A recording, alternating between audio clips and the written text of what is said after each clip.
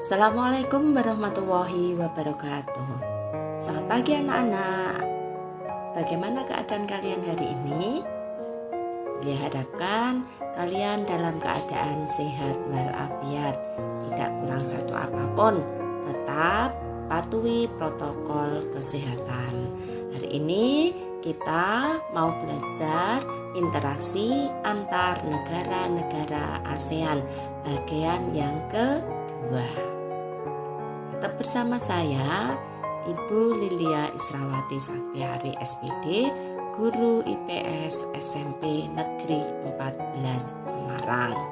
Anak-anak, sebelum pembelajaran kita mulai, marilah kita berdoa menurut agama dan kepercayaan kita masing-masing. Berdoa mulai.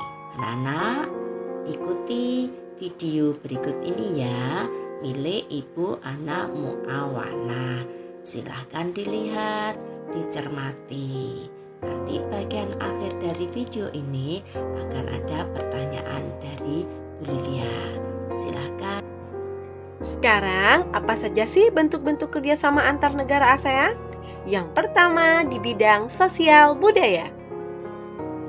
Kerjasama antar negara-negara anggota ASEAN dalam bidang sosial dilakukan agar terciptanya kerukunan dan kemajuan bersama. Setiap negara anggota ASEAN tentunya diminta berperan aktif dan ikut serta dalam upaya kerjasama guna mendukung kesejahteraan negaranya sendiri. Kerjasama dalam bidang sosial dan budaya dilaksanakan oleh COSD atau Committee on Social Development. Adapun bentuk-bentuk kerjasama di bidang sosial budaya, yang pertama, bidang pembangunan sosial dengan menekankan kesejahteraan golongan berpendapatan rendah, perluasan kesempatan kerja, serta pembayaran upah yang wajar. Kedua, membantu kepada kaum wanita dan pemuda dalam usaha pembangunan. Ketiga, penandatanganan kesepakatan bersama di bidang pariwisata ASEAN atau Asian Tourism Agreement atau ATA.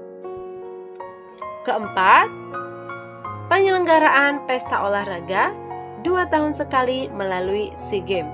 Dan masih banyak sekali bentuk kerjasama di bidang sosial negara-negara ASEAN. Bisa ya? Yang kedua, kerjasama di bidang politik dan keamanan. Kerjasama politik ini ditujukan untuk menciptakan keamanan, stabilitas, dan perdamaian antar negara di ASEAN.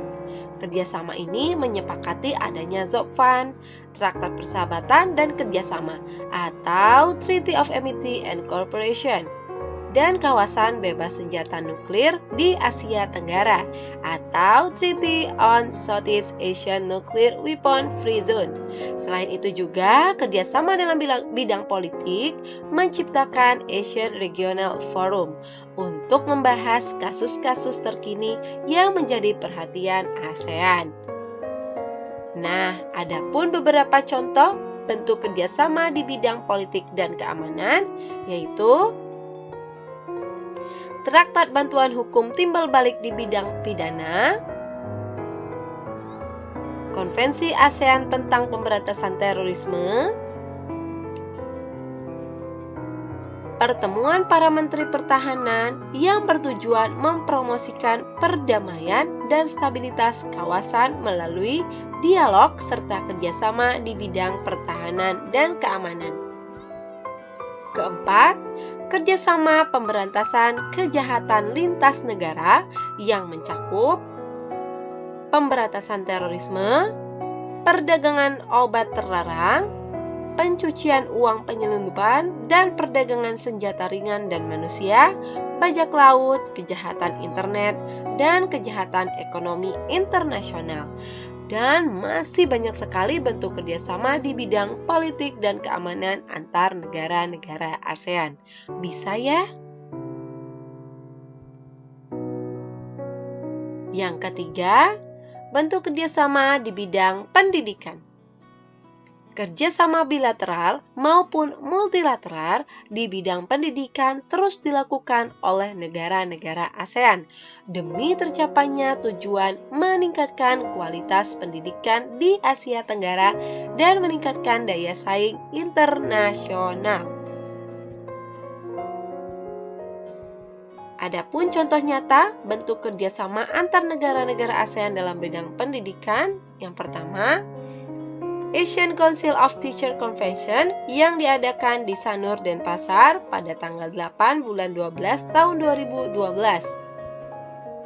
Yang kedua, negara-negara ASEAN memanfaatkan beasiswa untuk belajar di berbagai universitas di negara ASEAN, contohnya Japan Scholarship Fund. Ketiga, pelaksanaan Olimpiade di bidang pendidikan atau Olimpiade Sains Nasional. Nah, itu dia bentuk-bentuk kerjasama antar negara ASEAN. Sekarang, setelah bekerja sama, apa saja sih pengaruhnya? Ada di bidang ekonomi, sosial, politik, budaya, dan pendidikan terhadap kehidupan di ASEAN itu sendiri. Yuk kita bahas satu-satu.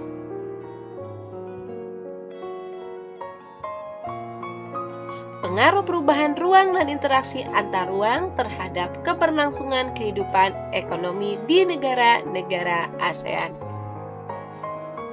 Para pemimpin ASEAN telah sepakat membentuk namanya Pasar Tunggal di kawasan ASEAN pada akhir 2015. Kesepakatan ini dilakukan agar daya saing ASEAN meningkat serta bisa menyaingi Tiongkok dan India untuk menarik investasi asing loh. Penanaman modal asing di wilayah ini sangat dibutuhkan untuk memperluas lapangan pekerjaan dan meningkatkan kesejahteraan. Pasar Tunggal itu dinamakan Masyarakat Ekonomi ASEAN atau MEA. Apa saja sih program Masyarakat Ekonomi ASEAN? Secara bertahap, MEA membuka peluang satu negara menjual barang dan jasa dengan mudah ke negara-negara anggota ASEAN. Selain itu juga akan dibentuk pasar tenaga kerja profesional seperti dokter, ahli keteknikan, guru, dan akuntan.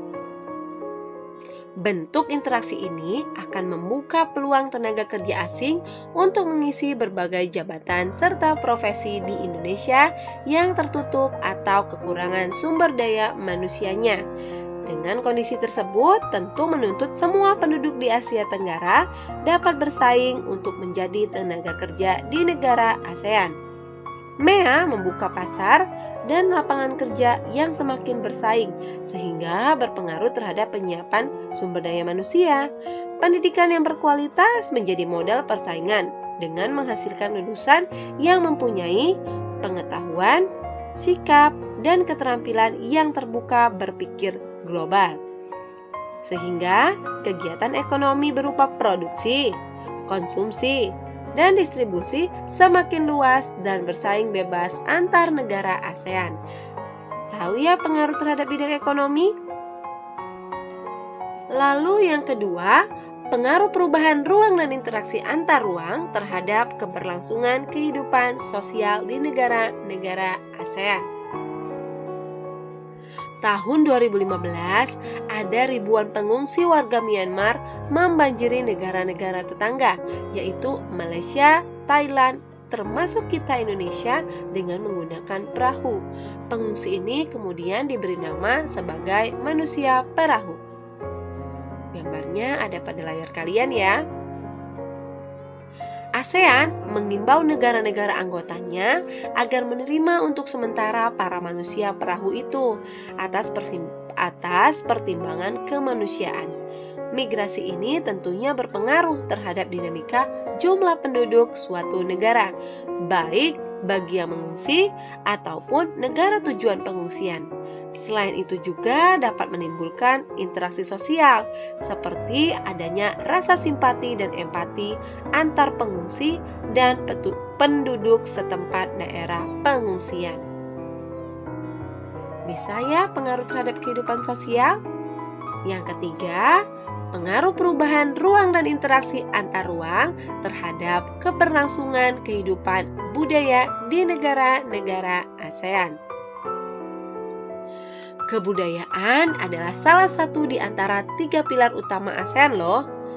Tujuannya membangun komunitas pada tahun 2015. Konferensi ke-6 Menteri Kebudayaan dan Kesenian ASEAN di kota Hue, Vietnam dengan tema meningkatkan peranan kebudayaan terhadap perkembangan yang berkesinambungan dari komunitas ASEAN menegaskan tekad semua negara ASEAN tentang satu komunitas bersama, visi bersama, dan jati diri bersama.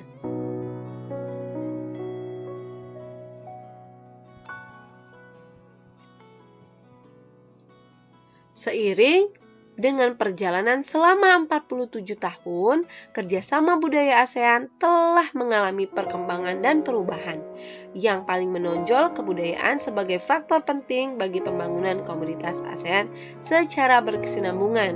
Banyak sekali kegiatan hingga saat ini telah atau sedang dilaksanakan.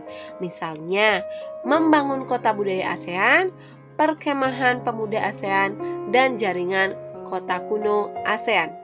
Adapun beberapa aktivitas lainnya yang dilakukan sebagai dampak pengaruh perubahan komitmen kebudayaan ASEAN, yaitu Festival Budaya ASEAN atau FBA. Ini pernah digelar tahun 2013 di kota Purwakarta, Jawa Barat. Yang kedua, Perkemahan Budaya Serumpun ASEAN. Ini diprakarsai oleh 3 negara, yaitu Indonesia, Malaysia, dan Brunei Darussalam. Yang ketiga, industri musik. Musik merupakan salah satu hasil dari budaya. Saat ini, musik sudah menjadi salah satu cabang industri yang diminati oleh siapapun dan dimanapun. Di Asia Tenggara, jenis musik sangatlah beragam. Di Indonesia sendiri, salah satu musik khasnya adalah musik dangdut. Terima kasih telah mengikuti video Bu Lilia. Sampai jumpa. Salam sehat. Assalamualaikum warahmatullahi wabarakatuh.